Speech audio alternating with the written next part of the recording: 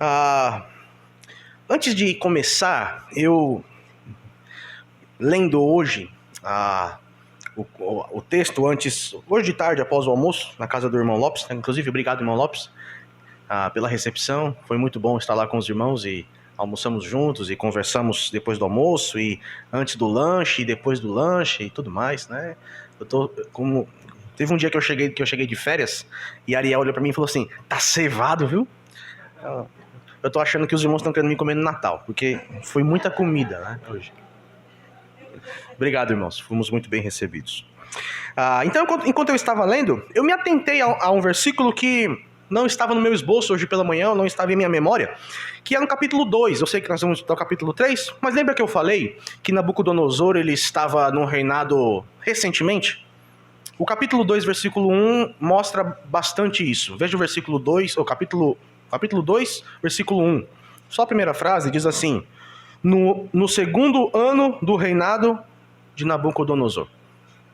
Então dá para ver que Nabucodonosor era um rei recente, né? Tá bom. Vamos ler o capítulo 3.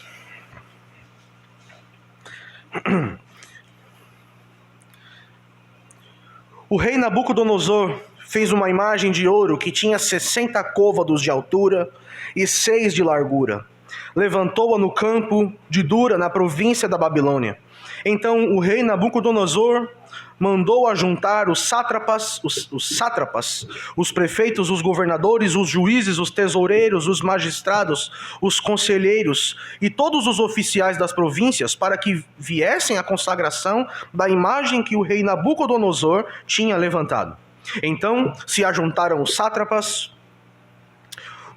os prefeitos, os governadores, os juízes, os tesoureiros, os magistrados, os conselheiros e todos os oficiais das províncias para a consagração da imagem que o rei Nabucodonosor tinha levantado. E estavam de pé diante da imagem que Nabucodonosor tinha levantado.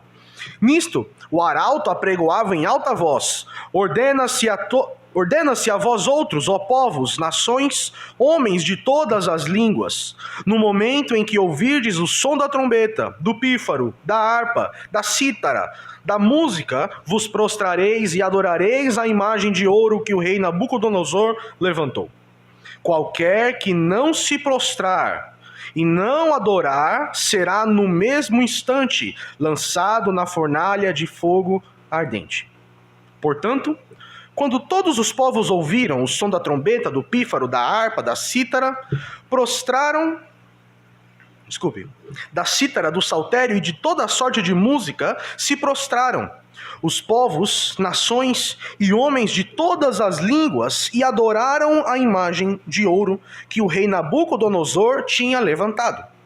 Ora, no mesmo instante, se chegaram alguns homens caldeus e acusaram os judeus.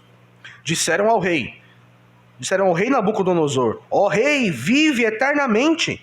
Tu, ó rei, baixaste um decreto pelo qual todo homem que ouvisse o som da trombeta, do pífaro, da harpa, da cítara, do saltério, da gaita de foles e de toda sorte de música, se prostraria e adoraria a imagem de ouro. E qualquer que não se prostrasse e não adorasse seria lançado na fornalha de fogo ardente. Há uns homens judeus que tu constituíste sobre os negócios da província da Babilônia, Sadraque, Mesaque e Abednego. Estes homens, ó rei, não fizeram caso de ti. A teus deuses não servem, nem adoram a imagem de ouro que levantaste.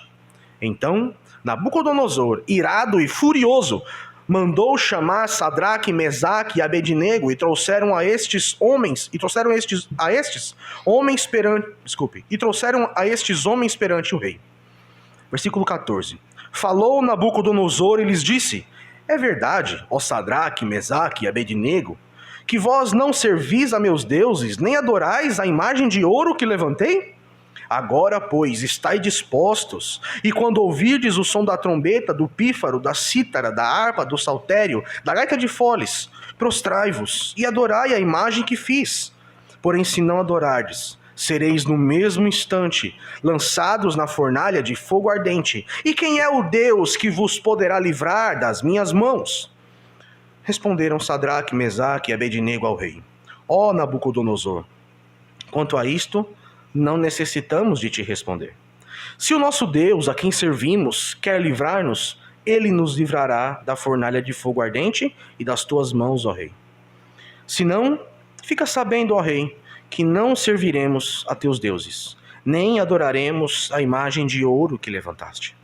Então Nabucodonosor se encheu de fúria, e transformado o aspecto do seu rosto contra Sadraque, Mesaque e Abednego, ordenou que se acendesse a fornalha 7 vezes mais do que se costumava.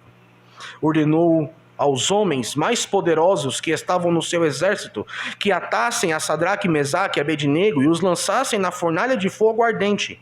Então estes homens foram atados com seus mantos, suas túnicas e chapéus, e suas outras roupas, e foram lançados na fornalha sobremaneira acesa, porque a palavra do rei era urgente, e a fornalha estava sobremaneira acesa. As chamas do fogo mataram os homens que lançaram de cima para dentro a Sadraque, Mesaque e Abednego. Estes 3 homens, Sadraque, Mesaque e Abednego, caíram atados dentro da fornalha sobremaneira acesa. Versículo 24. Então o rei Nabucodonosor se espantou e se levantou depressa e disse aos seus conselheiros: não lançamos nós 3 homens atados dentro do fogo? Responderam ao rei: é verdade, ó rei. Tornou ele a dizer: eu, porém, vejo 4 homens soltos, que andam passeando dentro do fogo, sem nenhum dano, e o aspecto do quarto é semelhante a um filho dos deuses. Então se chegou Nabucodonosor à porta da fornalha, sobremaneira acesa, falou e disse: Sadraque, Mesaque e Abednego, servos do Deus Altíssimo, saí e vinde. Então Sadraque, Mesaque e Abednego saíram do meio do fogo. Ajuntaram-se os sátrapas, os prefeitos, os governadores e conselheiros do rei, e viram que o fogo não teve poder algum sobre os corpos destes homens, nem foram chamuscados os cabelos de sua cabeça, nem os seus mantos se mudaram, nem cheiro de fogo passara sobre eles. Falou Nabucodonosor e disse: bendito seja o Deus de Sadraque, Mesaque e Abednego, que enviou o seu anjo e livrou os seus servos que confiaram nele, pois não quiseram cumprir a palavra do rei, preferindo entregar o seu corpo a servirem e adorarem qualquer outro Deus, senão ao seu Deus. Portanto, faço o decreto pelo qual todo povo, nação e língua que disser blasfêmia contra o Deus de Sadraque, Mesaque e Abednego seja despedaçado, e as suas casas sejam feitas em monturo, porque não há outro Deus que possa livrar como este. Então o rei fez prosperar a Sadraque, Mesaque e Abednego na província da Babilônia. Vamos orar mais uma vez. Ó Senhor, aplica esse texto por meio do Santo Espírito aos nossos corações e às nossas mentes. Nós precisamos do Senhor.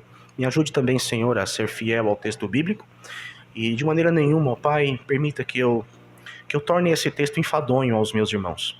A Tua palavra não é enfadonha, ela não é cansativa, pelo contrário, ela é preciosa a nós.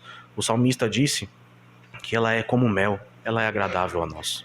Ó Senhor, faz-nos agradável a Tua palavra, mas ao mesmo tempo também machuca o nosso coração, cutuca a nossa consciência, por meio do Santo Espírito, para que sejamos não apenas confortados, mas desafiados pelo texto bíblico. Ó Senhor, me ajuda, em nome de Jesus. Amém. Muito bem. Você já leu um conto de fadas? Eu já. Eu sei que é bem estranho um homem dizer isso, né? Mas eu tenho uma filha. A desculpa é essa. E nos contos de fadas, geralmente as coisas terminam felizes para sempre, né? E por tantas vezes nós pensamos que a nossa vida deve se assemelhar a um conto de fadas. Nós não queremos passar por dificuldades, nós não queremos passar por provações, nós não queremos ser tentados, nós queremos levar a vida, se for comparar a um barco, de vento em polpa, né? Não queremos remar, não queremos as tempestades, não queremos as intempéries de um clima mais agitado.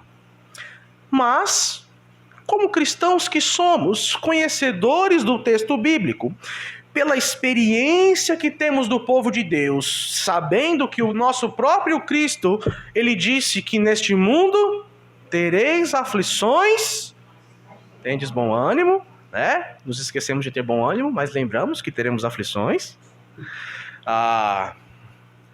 Nós sabemos que passaremos por dificuldades. O que nós muitas vezes não estamos preparados na duração das provações. E por tantas vezes também somos tentados a pensar que Satanás, que o diabo é o responsável destas coisas. Satanás tem sua culpa, mas veja que as provações elas vêm de Deus. Quem foi que colocou Daniel, Ananias, Misael e Azarias na Babilônia? Deus. E quem poderia tirá-los de lá? Deus os tirou? Não. Meus irmãos, e quando as provações duram uma vida toda? Nós estaremos prontos para ser fiéis ao Senhor? Ou poderíamos estabelecer uma meta? Até que ponto eu sou, ou eu devo ser, ou eu quero ser fiel ao Senhor? Qual é o meu limite? Bom, antes de perguntar ou responder de fato isso, vejamos quais foram os limites de Ananias, Misael e Azarias. O contexto, mais uma vez, é importante. O capítulo 3, ele está cerca de 1 ano à frente do capítulo 1. Então, o que aconteceu foi que os jovens foram levados até a Babilônia, arrancados de sua casa, arrancados de sua terra, de sua cultura, de seu idioma. Os irmãos sabem que os judeus, eles falavam um hebraico diferente antes do cativeiro. Então, o hebraico que os judeus falam hoje não é o mesmo hebraico que eles falavam antes do cativeiro. Eles perderam algumas coisas que foram escritas, eles precisaram adicionar coisas para voltarem a ler. E era essa a intenção de Nabucodonosor, era aculturar, tirar eles da terra, mas não permitir que, estando na terra, eles mantivessem o judaísmo, ou que mantivessem a sua cultura, a sua religião. Inclusive, tem um salmo que é muito triste, mas ao mesmo tempo é muito bom de ler. O salmista diz assim: quando nós estávamos às margens dos rios da Babilônia, eles nos pediram, toque uma música da sua terra. Qual foi a resposta? Não podemos. Como eu faria isso? Imagine uma nação que vem e te leva para fora do teu país, te faz perder teu idioma, muda teu nome. Quando chega lá, ele diz assim: canta aí o hino nacional. Não. Canta aí o hino da independência. O quê? Não faz sentido. Não faz sentido. Capítulo 1, então, os jovens são recém-chegados. Eles são testados, eles são aprovados. Em um conto de fadas, ou em uma história que nós escreveríamos, se fôssemos pensar no castigo do povo, talvez pensaríamos, tá bom, chega, Daniel deveria terminar no capítulo 1, eles foram provados, eles passaram na prova, foram fiéis. Senhor, por que não levou estes jovens de volta até Judá? E os que não foram aprovados, prove-os mais de outra forma, para que sejam aprovados. Nós não esperamos isso. Nós não esperamos, depois de uma provação, a bonança. Não é assim em nossas vidas? Talvez um filho rebelde, talvez o falecimento de alguém, ou sei lá, tantas coisas mais, uma dívida que se meteu, ou uma dívida que teve que assumir. Espera-se que depois daquele período de cintos apertados, daquele período de grande trevas, você já viveu isso? Parece que tem uma nuvem em cima de você, ou parece que os seus olhos estão fechados na lateral, você consegue só ver o meio, uma época da sua vida quando você olha para trás e parece que é só trevas. Eu tenho um período assim na minha vida, de grande provação, né? Com certeza não se compara com esses 3 jovens, mas de muita provação. E ao olhar para trás, poxa, aquilo acabou. Graças a Deus, obrigado, Senhor, que aquilo acabou. Mas para esses jovens, não. Eles continuavam na Babilônia. Eles poderiam dizer, Senhor, fomos fiéis ao Senhor, tire-nos daqui.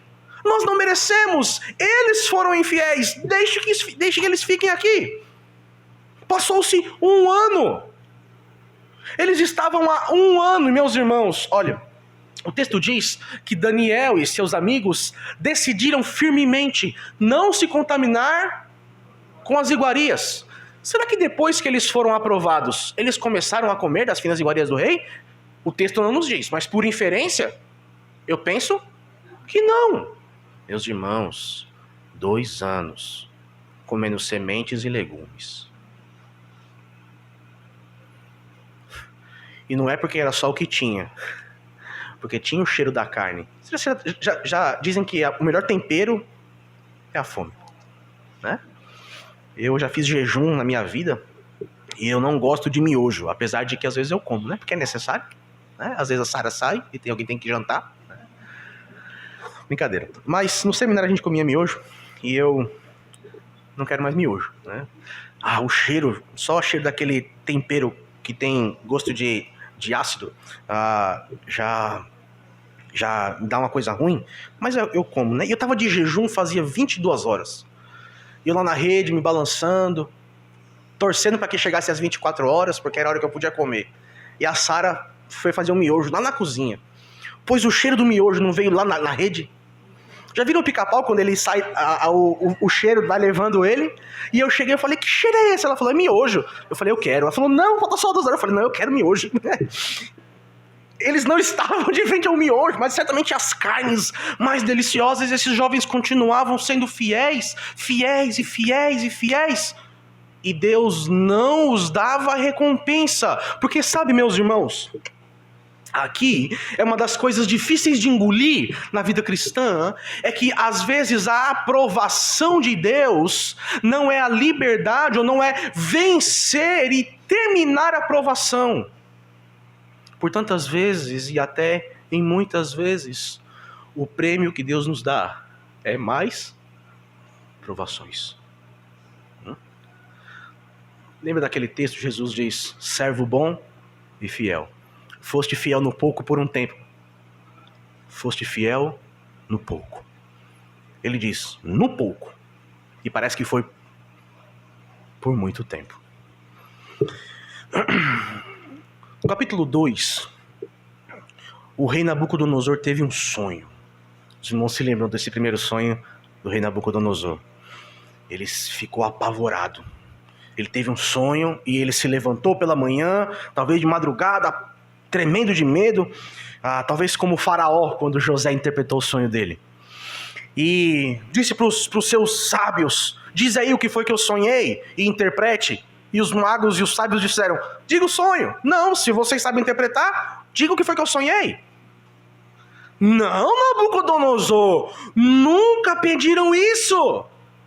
Talvez eles estavam dizendo, é teu 2º ano, Nabucodonosor, olha teu pai, reinou tanto tempo e nunca fez isso. Sonhou, dizia o sonho, a gente interpretava, é assim que funciona.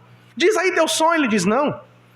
Se vocês são tão bons, diga o que foi que eu sonhei. Dizer o que foi que eu sonhei deve ser mais fácil do que dizer a interpretação do sonho. E eles não podiam, o rei se enfureceu. E lembre mais uma vez, era apenas o 2º ano do seu reinado. Ele ainda estava trocando e se impondo como um rei, né? As coisas não são tão fáceis. Talvez no reinado, aqui é coisa da minha cabeça, não está no texto bíblico, mas talvez ainda se ouvia pelo palácio dizendo, Nabopolassar, o pai de Nabucodonosor, não fazia assim. Que saudade de Nabopolassar. Aquilo era um rei.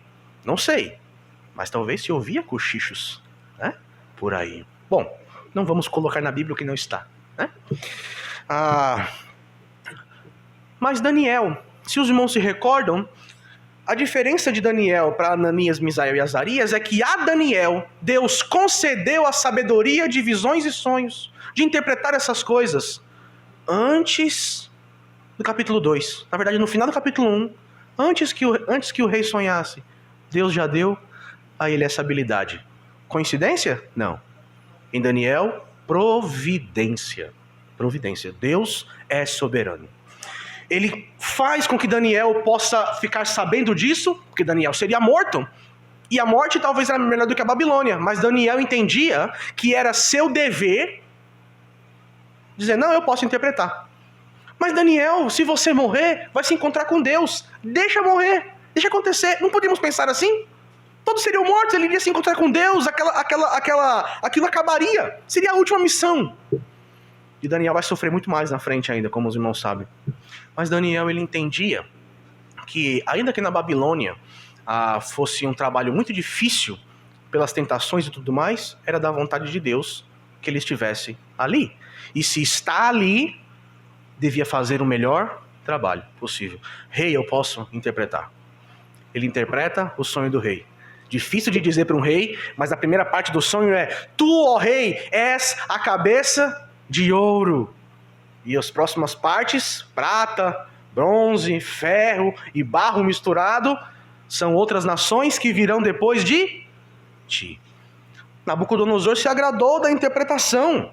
Eu sou a cabeça de ouro. Façam uma estátua. Capítulo 3. Capítulo 2, ele teve o sonho. Capítulo 3, ele manda fazer a estátua. Os irmãos viram como é a estátua? Veja o versículo 1. 3:1.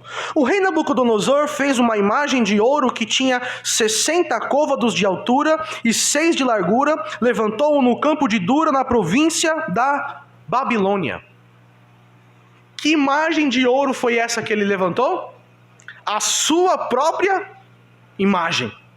A sua própria estátua. E para nós fica um pouco difícil de entender aí côvados, porque o côvado é essa distância, que pode medir entre 45 e 55 centímetros, mas em metros, quantos dá? Eu não sei se alguém tem uma versão que diz aí.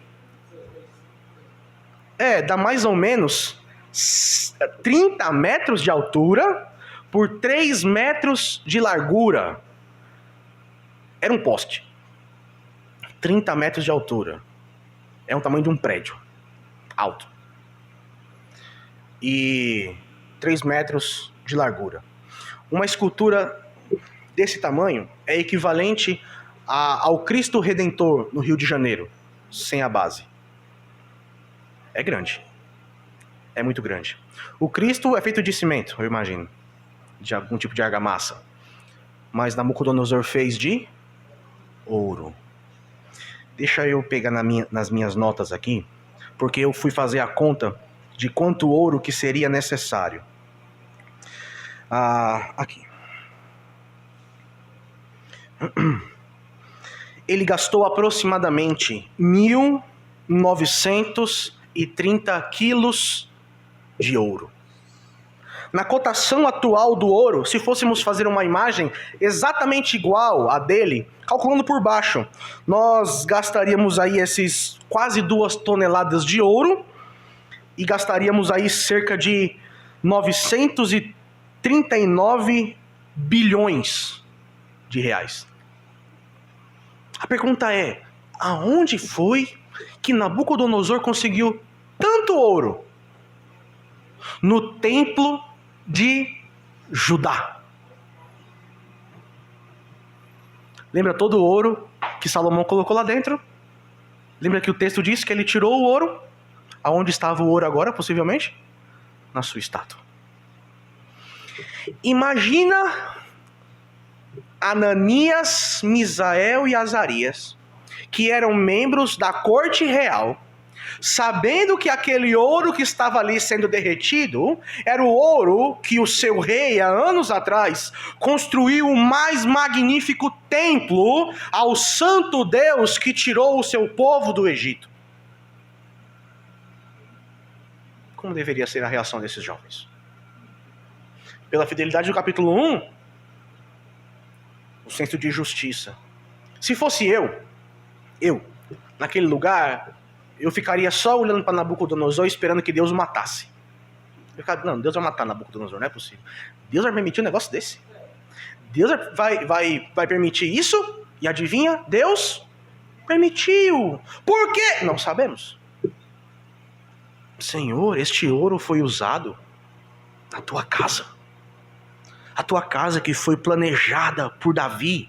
Davi um dia olhou, olha a minha casa, e Deus habita numa tenda? Não, farei uma casa. Ele prepara a casa, Salomão, com todo um senso de santidade, ele diz, não batam martelos, tragam tudo pronto, e apenas encaixem, este lugar é santo, o santo dos santos, é a morada de Deus. Lembra lá de Jacó? É essa a ideia. Aqui é Peniel. Aqui é a habitação de Deus. Deus disse, né? Eu não habito em lugares feitos por mãos, mas era o lugar da adoração. E meus irmãos, imaginem a reação desses jovens ao ver tudo aquilo sendo derretido e feito. E interessante, porque no sonho Daniel disse, tu, ó rei, és a cabeça. Nabucodonosor fez o corpo inteiro de ouro, para mostrar o quê? Não virá outras nações. O meu poder, Abacuque diz, Deus diz para Abacuque, homens cujo o poder é o seu Deus. Ele só tinha olhos para o próprio umbigo. Ele colocou aquela estátua. Ele não apenas erigiu aquela estátua para que ele pudesse contemplar, que beleza, que coisa bonita, sim, e uma estátua nessa altura, feita de ouro, reluzindo, certamente poderia ser visto a mais de 10 quilômetros de distância, se colocado num plano, e se ele colocou ainda num lugar mais elevado, ainda era bem possível que daria para ver muito mais. As pessoas parece que ficam abismadas com o tamanho da Santa, lá em Santa Cruz, não é? Se tivesse na Babilônia, aí sim ia haver uma coisa extraordinária, de ouro maciço. Bom, ele não apenas coloca lá essa grande estátua, mas ele manda chamar. E o texto ele tem várias repetições. Não sei se os irmãos notaram. O texto ele é repleto de repetições. Se nós tirássemos todas as repetições, colocando apenas uma vez, o texto seria talvez metade dos versículos. O texto faz questão de enfatizar que Nabucodonosor, ele convidou os homens que estavam à sua volta. Por quê? O rei era novo, mas os governadores, os sátrapas, os prefeitos eram os mesmos de quando o papai ainda era rei. Eles devem vir aqui e eles devem se prostrar perante a minha estátua de ouro, toda de ouro, não só a cabeça. Eles não vão reinar no meu lugar. Eu reinarei, como quem diz, para sempre. Dá para entender o andar da carruagem em Daniel capítulo 3? O que acontece é que ele organizou uma banda, né? Os instrumentistas tocariam, e certamente, se ele tinha a melhor comida, se ele tinha os melhores jovens para servir no palácio, também tinha os melhores músicos. Também tinha os melhores músicos. Eles estão ali, tudo está armado, os homens saíram da sua cidade, saíram de todos os lugares aí do reino da Babilônia, e estão ali perante a estátua.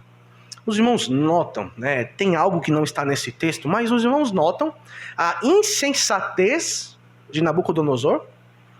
Se todos os poderosos da Babilônia estão ali, no campo de Dura, quem está cuidando do restante da terra? Ninguém. Ele fez, é como se o presidente do Brasil dissesse assim, todos os poderosos de todos os lugares do Brasil estejam em Brasília. Todos. O que acontece? Em meio a uma invasão, cadê os generais? Em meio a uma invasão, cadê os capitães? Ou capitães, né? Cadê? Cadê quem manda? E agora? Como é que vai fazer? Ele era soberbo. Na sua cabeça, o que importava era trazer aquelas pessoas ali para se prostrarem, e não apenas se prostrar, mas a palavra que é colocada no texto repetidamente, adorar. Ele não é apenas o rei. Nabopolassar pode ser rei, mas eu serei seu Deus. O homem era presunçoso. Era orgulhoso. Ele não queria ficar por baixo. Pelo contrário, ele queria que todos estivessem abaixo dele.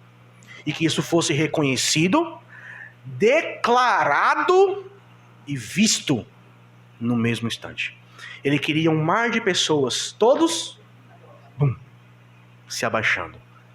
Então o arauto falou: olha, quando vocês ouvirem a música tocando, talvez uma música fantástica, com muitos instrumentos, bem afinados, com músicos treinados, uma cerimônia. Opa, todos se prostrem. Aquele mar de pessoas. E no capítulo 2, o texto deixa muito claro que Daniel e seus amigos foram mais uma vez promovidos. Nós não vamos voltar para lá por causa do nosso tempo, mas o texto diz que eles se tornaram reis. Não reis da Babilônia, sentados ao lado de Nabucodonosor, mas governantes também de territórios. O texto diz, depois você pode ler o finalzinho do capítulo 2 e você vai confirmar isso. Eles estão não junto do povão, mas eles estão talvez em um lugar onde Nabucodonosor não podia ver, talvez na sala VIP, mas também tinham que se prostrar. É bem possível que eles estavam em maior evidência do que os outros. E quando a música tocou e todas as pessoas se abaixaram, talvez alguém viu de cantinho de olho 3 atrevidos em pé. O quê? Quem são esses? Na hora que terminou a música, ele olhou. Tinha que ser Sadraque, Mesaque e Abednego, Ananias, Misael e Azarias. Oportunidade, vamos nos vingar. Eles valem por 10, eles foram colocados como reis. Agora é a nossa hora, eles vão ser queimados, vão ser destruídos. Vai ficar só Daniel, daqui a um tempo a gente dá um jeito nele. Vamos falar com o rei. Ó rei, vive eternamente. Tudo o que o rei queria ouvir, né? Diga, né? Olha, quando a música tocou e quando todos se prostraram, teve 3 jovens de 16 anos que não se prostraram. É mesmo? Traga eles aqui. Quando chega, quem é? Os 3 que há pouco tempo, depois que ele teve o sonho, antes de construir... Mas não faça isso, vocês são os melhores. Vamos fazer o seguinte, a música vai tocar de novo. A cerimônia seria refeita. Ele não queria perder os 3 jovens, mas não queria ficar por baixo. Vamos tocar outra vez. Vamos refazer a cerimônia. E aí então vocês se prostram. Como que ele diz assim? Combinado? O que os jovens dizem? Quanto a isso, não precisamos responder. A gente tem um cachorro e lá em casa, no final do corredor, tem um espelho, né? Ele é novo, ele tem 1 ano, tem 8 meses, vai fazer 1 ano agora, esse ano. E o Luca colocou o nome dele de Biscoito. Ele parece um biscoito mesmo. Ele é meio biscoitado às vezes. E ele se viu no espelho pela primeira vez. Eu tive que filmar, né? Ele olhou, aí ele pensou, tem outro cachorro em casa. Talvez ele pensou, como é que eles fizeram isso comigo? Eu fico do lado de fora, ele fica do lado de dentro. Ele começou a se arrepiar, ficou com os pelos tudo arrepiados, parecia um gato, né? E começou a rosnar e latir alto, furioso, indo em direção ao espelho. Eu filmei, depois eu mostro. E eu dizia, para biscoito, é você rapaz, né? Talvez Nabucodonosor ficou igual o biscoito quando se viu no espelho. Eu não acredito! Vocês não vão se prostrar, não. O texto diz que a feição do seu rosto mudou-se. O rei enfureceu-se. E ele sabia que esses jovens temiam a um Deus. Ele sabia. A palavra no hebraico que nós temos aqui é uma palavra que vai conectar a palavra Deus no hebraico. Elohim. Ele diz Elá. Ele diz assim, quem é o Deus que vai te livrar das minhas mãos? Na cabeça dele ele era um Deus. Abacuque diz isso. Ele achava que era Deus. Ele diz, quem vai te livrar? Do ponto de vista dele, a Babilônia era a maior nação do mundo, e certamente era. Todos se prostraram. A pergunta é, quem se levantará contra mim? Quem? Eu derrotei a Síria. Eu derrotei o Egito. Eles têm os seus deuses. Eles não foram suficientes para mim. Eu invadi o seu território. Tá vendo essa estátua? É ouro do teu templo. Quem é o Deus que vai te livrar das minhas mãos? Na simplicidade dos jovens, a resposta deles é fantástica. Eles poderiam se reunir e dizer, e agora o que vamos fazer? Vamos traçar rotas teológicas para responder a ele. Sabe o que eles dizem? Se Deus vai nos livrar, não sabemos. Mas fica sabendo, ó rei, que nós não nos prostraremos. Acendam a fogueira, não a fogueira. Acendam ali o recinto, a fornalha, 7 vezes mais. A fornalha, muito possivelmente, existem desenhos da época feitos, né, em pedras e coisas do tipo, descrições desse tipo de castigo. E é bem possível que, e bate contexto, que ela tinha uma chaminé e uma porta, porque o fogo tinha que sair por algum lugar, né? Então, ao que parece, ele ficou tão intrigado, com tanto ódio, que ele mudou a entrada da fornalha. Os jovens, eles não entraram na fornalha. Eles foram jogados de cima para baixo. E era uma fornalha grande o suficiente para que o calor fora dela matasse. Não era uma fogueira. Não era um lugar menor do que esse espaço. Era tão grande quanto.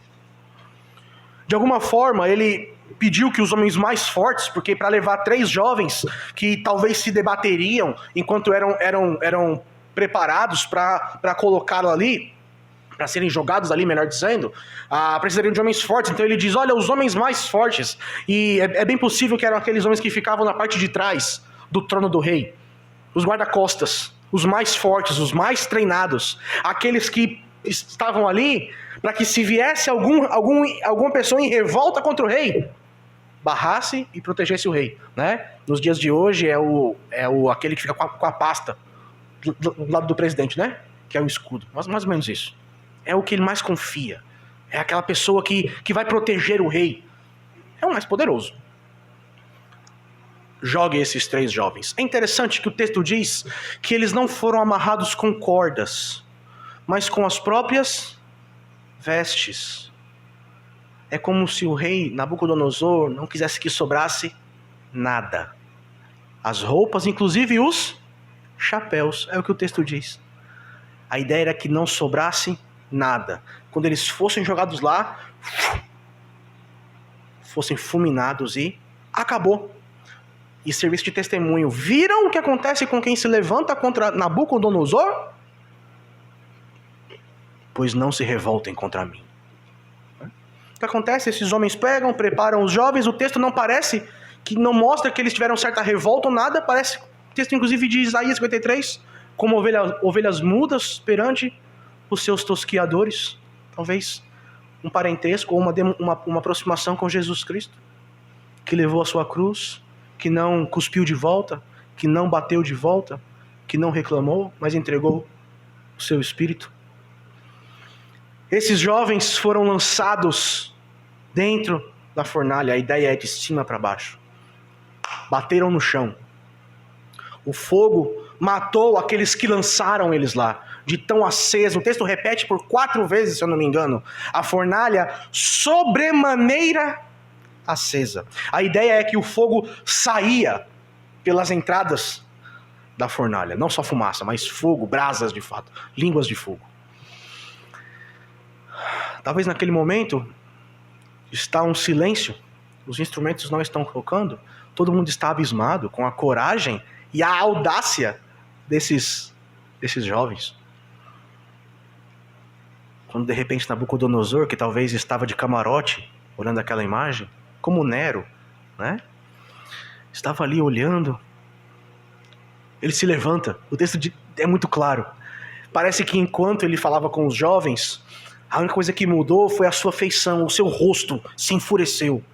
Mas Daniel diz, o rei olhou para a fornalha e se levantou. Ele não disse, vá alguém até a fornalha. Ele foi até a fornalha. O que ele encontra lá dentro? 4 homens. Ele sabe que jogaram 3. Ele sabe. Mas ele pergunta, quantos mesmo nós jogamos? 3. 1, 2, 3, 4. E um deles se parece com Deus. Bom, eu sei que eu já coloquei muitas inferências no texto, né? Coisas minhas. Mas quem será que era esse que estava caminhando junto de Ananias, Misael e Azarias? Eu acho que este anjo que estava aqui é o mesmo que passou na terra do Egito matando os primogênitos. Eu acho que este é aquele mesmo que visitou Abraão, levando-o para fora da tenda e apontando para o céu e dizendo, olha aí as estrelas, Abraão. Aquele que Abraão chama de Senhor. Eu acho que é o mesmo Deus, que é o mesmo anjo que lutou com Jacó. Que estava lá no jiu-jitsu, né? Com Jacó, como uma criança tentando lutar com um adulto, faixa preta, e lá e tudo mais. E Jacó, eu não vou deixar você ir, se você não me abençoar. O dia estava clareando, ele ia ver o rosto do anjo.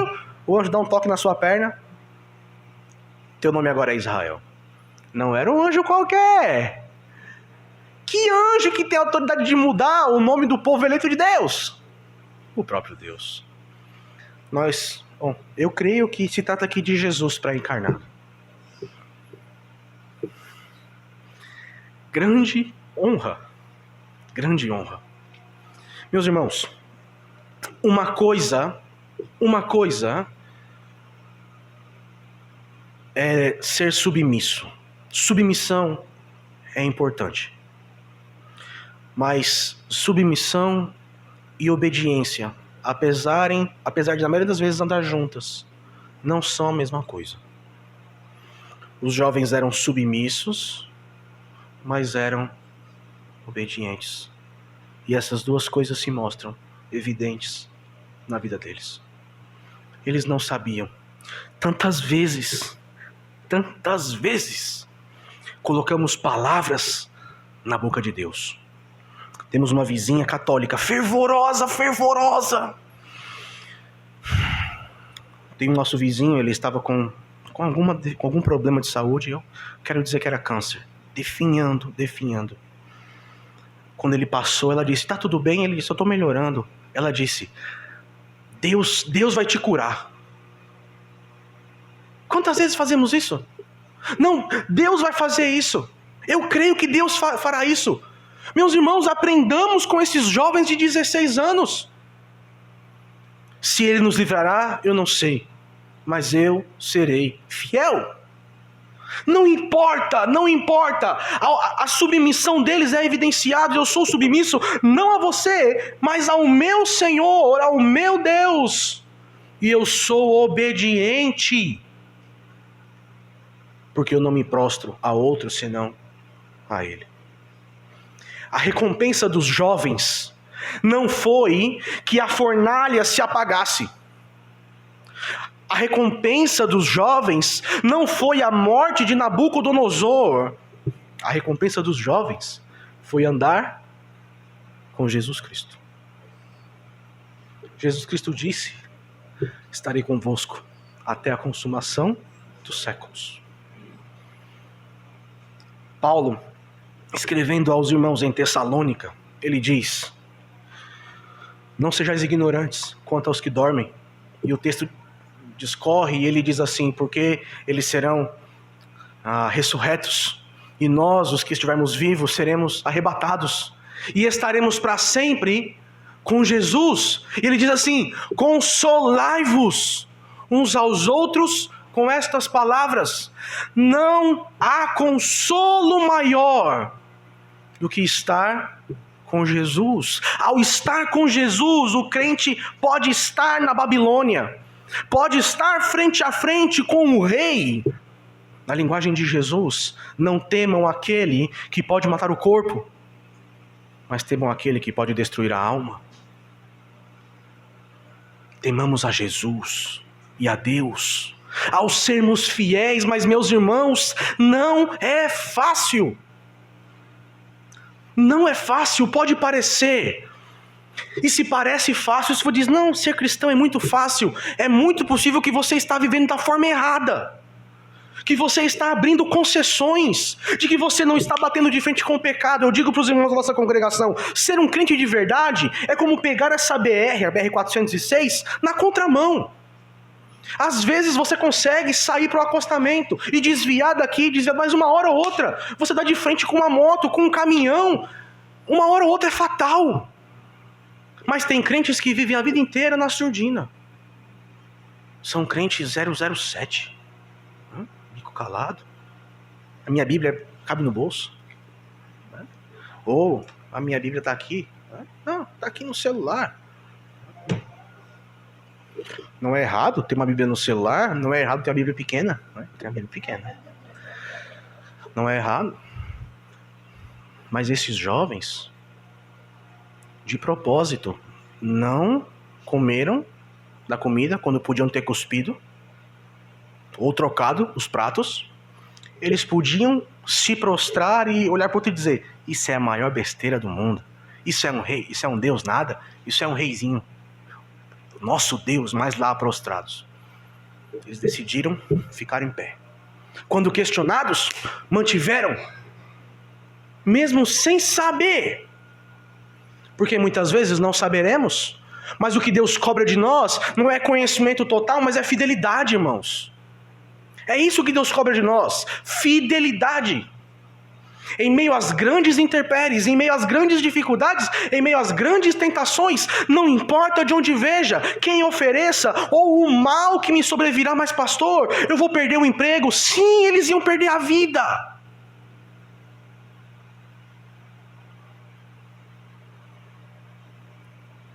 Eles iam perder a vida.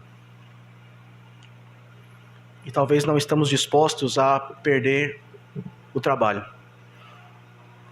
Ou aquela amizade de muito tempo. Ou muitas vezes temos vergonha.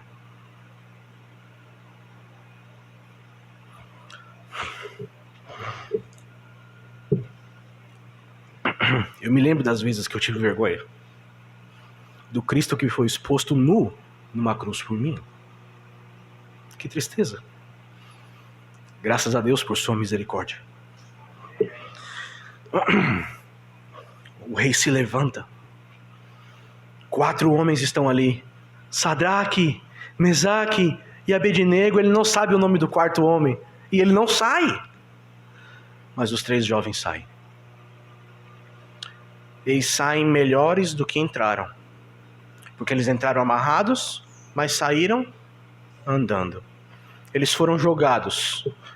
E entraram à força. Porque não entraram porque quiseram, mas saíram porque quiseram. Porque ouviram e obedeceram. Eles podiam ter ficado lá dentro.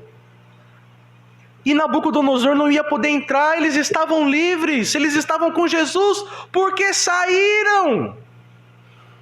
Porque mesmo que o crente esteja nesse mundo, ele precisa respeitar as autoridades. Mas pastor, esse governo não me representa. Não importa. Nabucodonosor também não representava.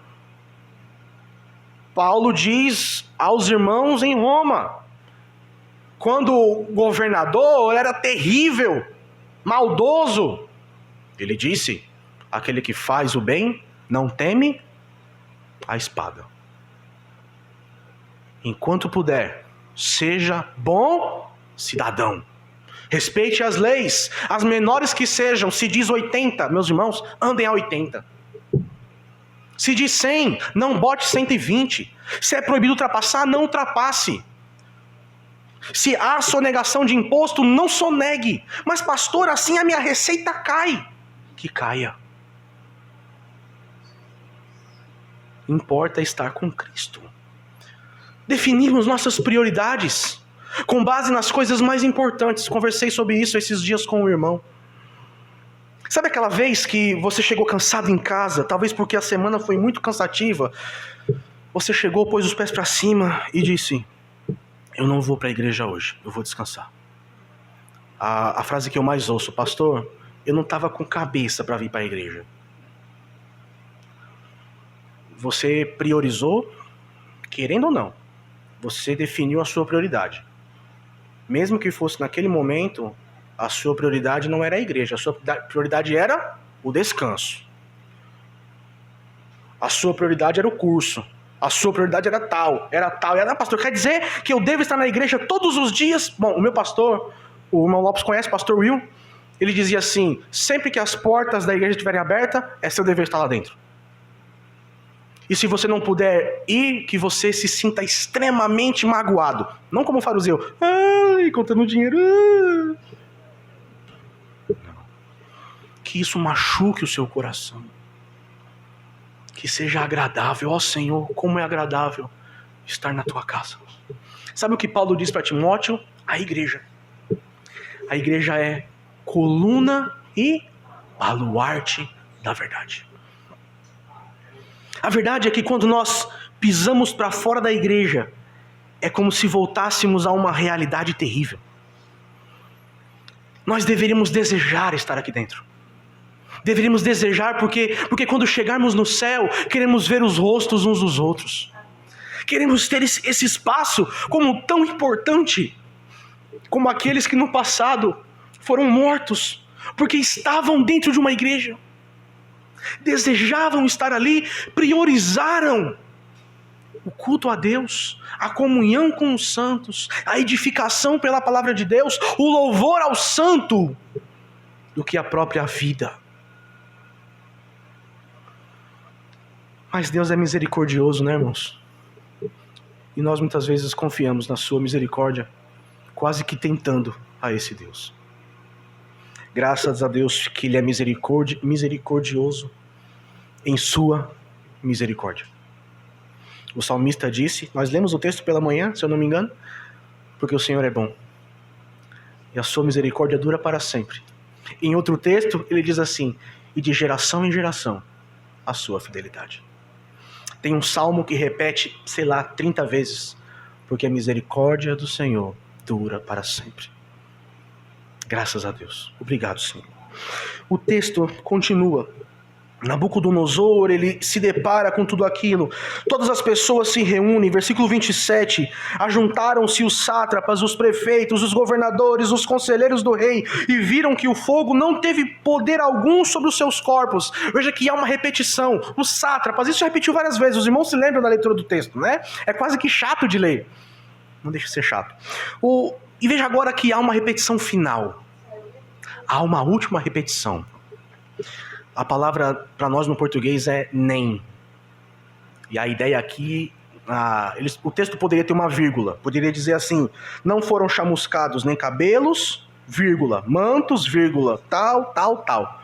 Mas o texto repete: nem isso, nem isso, nem isso, nem isso. Para enfatizar.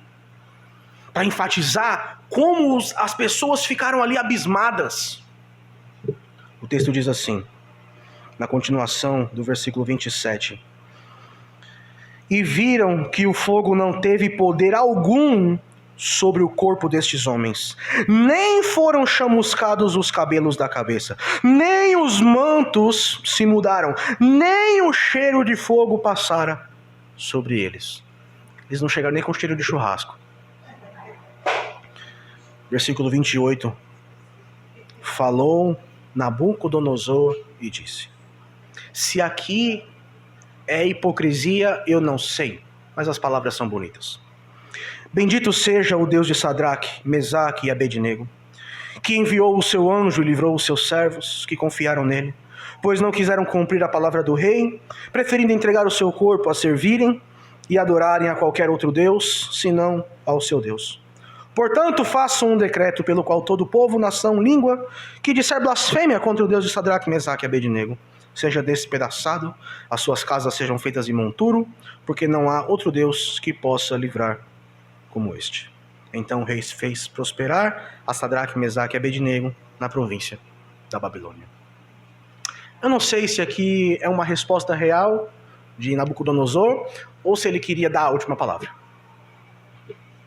Lembre que ele era um rei buscando poder, buscando ser visto, e o texto diz que toda aquela multidão, todos, sem exceção, que vieram para adorar a imagem dele, viram que jovens desrespeitaram, desobedeceram, colocando ele por baixo, saíram vivos. O que as pessoas pensariam agora? Quando voltassem para casa, os homens chegassem e dissessem: amor, tu não sabe o que aconteceu. Eles não iam dizer: Nabucodonosor fez uma estátua de ouro gigante, linda, ele é um rei. Não, eles não iam chegar dizendo isso. Eles iam chegar dizendo o quê? Amor, tu não sabe. 3 meninos novos desafiaram o rei. O rei deu outra oportunidade, eles não quiseram. O rei mandou acender a fornalha de tal jeito que matou o soldado. Lembra lá daquele soldado? Morreu. Estava tão quente que eles morreram. Lançaram os homens lá dentro. Os homens não morreram.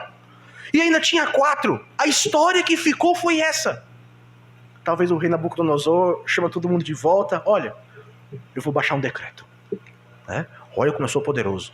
Talvez. Não sei.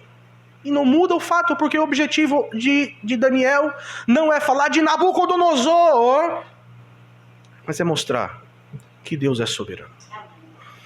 E que nós não conhecemos a sua soberania, e Ele não quer que nós conheçamos ela por completo, porque nós não sabemos de fato porque Deus faz algumas coisas ou deixa de fazer outras, porque permite, não permite, nós não sabemos. E meus irmãos, apesar do céu ser auto-evidente e de que nós chegaremos lá e que não teremos mais questionamentos, certamente haverão coisas sobre o nosso Deus que nós nunca saberemos. Senhor, por que permitiu que Adão comesse do fruto? Alguém diz: Deus, por que o Senhor colocou aquela árvore lá? Não sei. Não sabemos. Se fosse possível compreender o nosso Deus, Ele deixaria de ser Deus. Nós somos suas criaturas. O que foi requerido de Adão era fidelidade. Ele falhou. O que foi requerido dos jovens era fidelidade. E eles passaram na prova. Meus irmãos, a vida não é um conto de fadas. Nós ensinamos isso para os nossos filhos, precisamos ensinar isso para nós. A vida é dura. E a vida do crente é mais dura ainda. Porque o mundo é duro com todos, mas com os descrentes, ou com os crentes, ainda mais. Nós também devemos ser duros contra nós mesmos. Paulo diz: eu esmurro o meu corpo. Eu preciso cuidar de mim para que eu não faça o que eu quero fazer. Porque o que quero fazer geralmente é pecado. Eu cuido de mim. Nós precisamos lembrar, irmãos, que estamos em um mundo apaixonado pelo pecado, desejoso de fazer o mal, que só quer a satisfação do agora. Lembremos que a semelhança de Daniel, Ananias, Misael e Azarias, nós não somos daqui. Eles estavam na Babilônia, mas não eram de lá. Paulo diz: somos forasteiros, embaixadores. É isso que somos.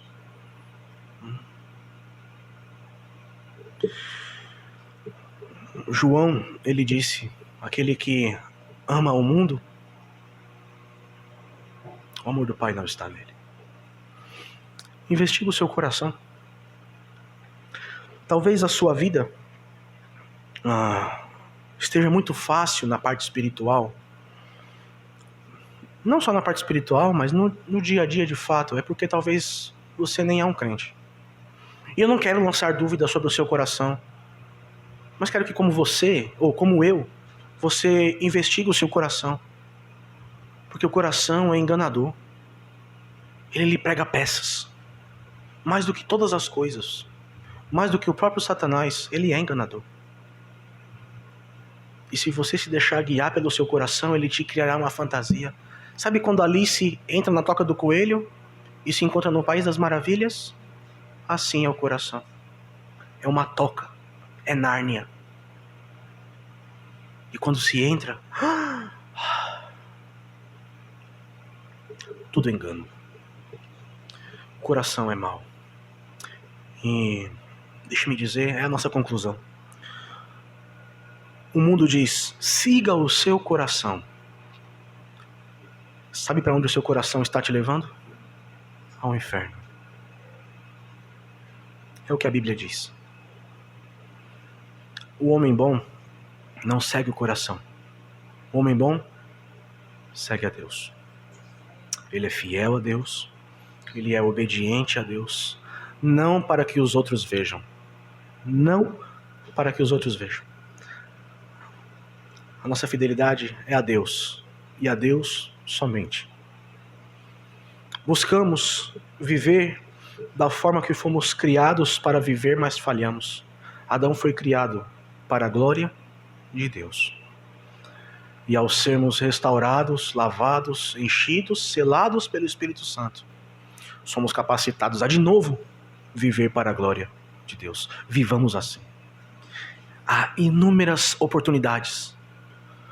A vida do crente não se resume a ir para a igreja aos sábados, às quartas, aos domingos. A vida do crente, ela se resume em ser fiel 24 horas por dia, 7 dias por semana, todos os dias do ano, até que Cristo volte. Vamos orar.